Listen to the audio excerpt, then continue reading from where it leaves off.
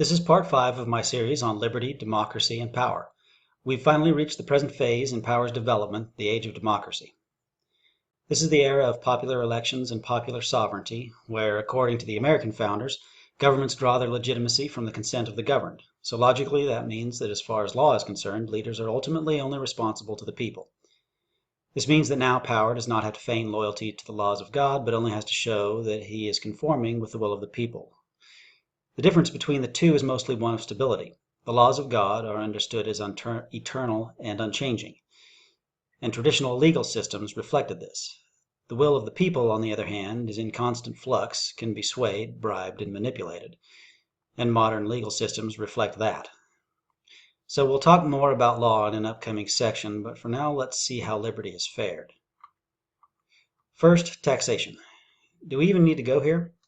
I'll just summarize the general situation by quoting from George Harrison's Taxman. If you drive a car, I'll tax the street. If you try to sit, I'll tax your seat. If you get too cold, I'll tax the heat. If you take a walk, I'll tax your feet. As far as conscription, it is now commonplace. We don't even question it. On the contrary, we consider it our patriotic duty to show up on the battlefield whenever the state calls. Standing armies are now a global norm, and the army is considered a career much like any other. In fact, let's look at the world's 4 largest employers. The United States Department of Defense, employing 3.2 million, is number 1. The People's Liberation Army, that's China, is 2.3 million. Walmart, 2.1, and McDonald's, 1.9 million. Now, just as a reminder, we're operating on the principle that the extent of war is an accurate measure of the extent of power. Before, we looked at the size of armies, but if we wanted to get more specific, we could take a look at just the casualties of war, which tells us in more striking terms the human cost of power's extending reach. At the end of the Napoleonic Wars, remember, there were between 3 and 6 million dead.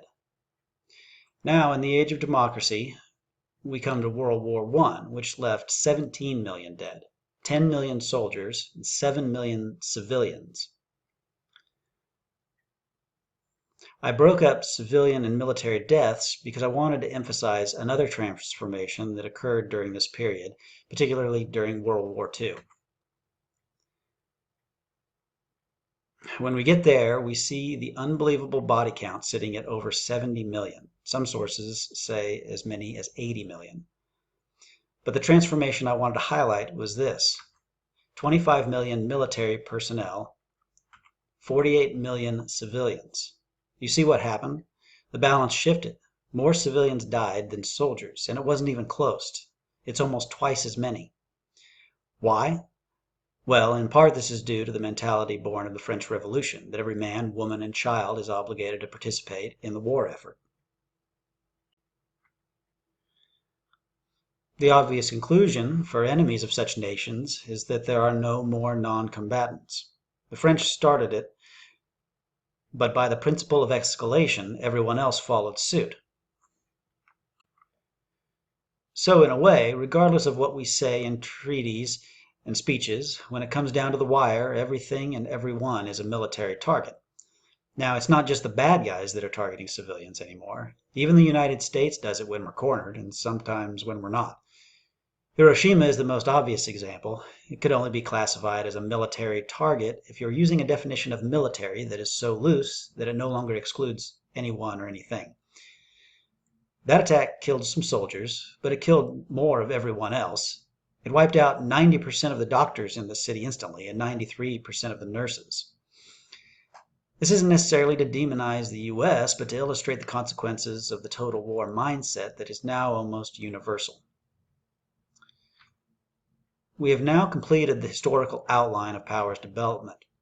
The remainder of the series will switch gears somewhat, addressing special topics that can enlighten us as to how power could possibly achieve these victories and some of the techniques it uses and how they might be countered.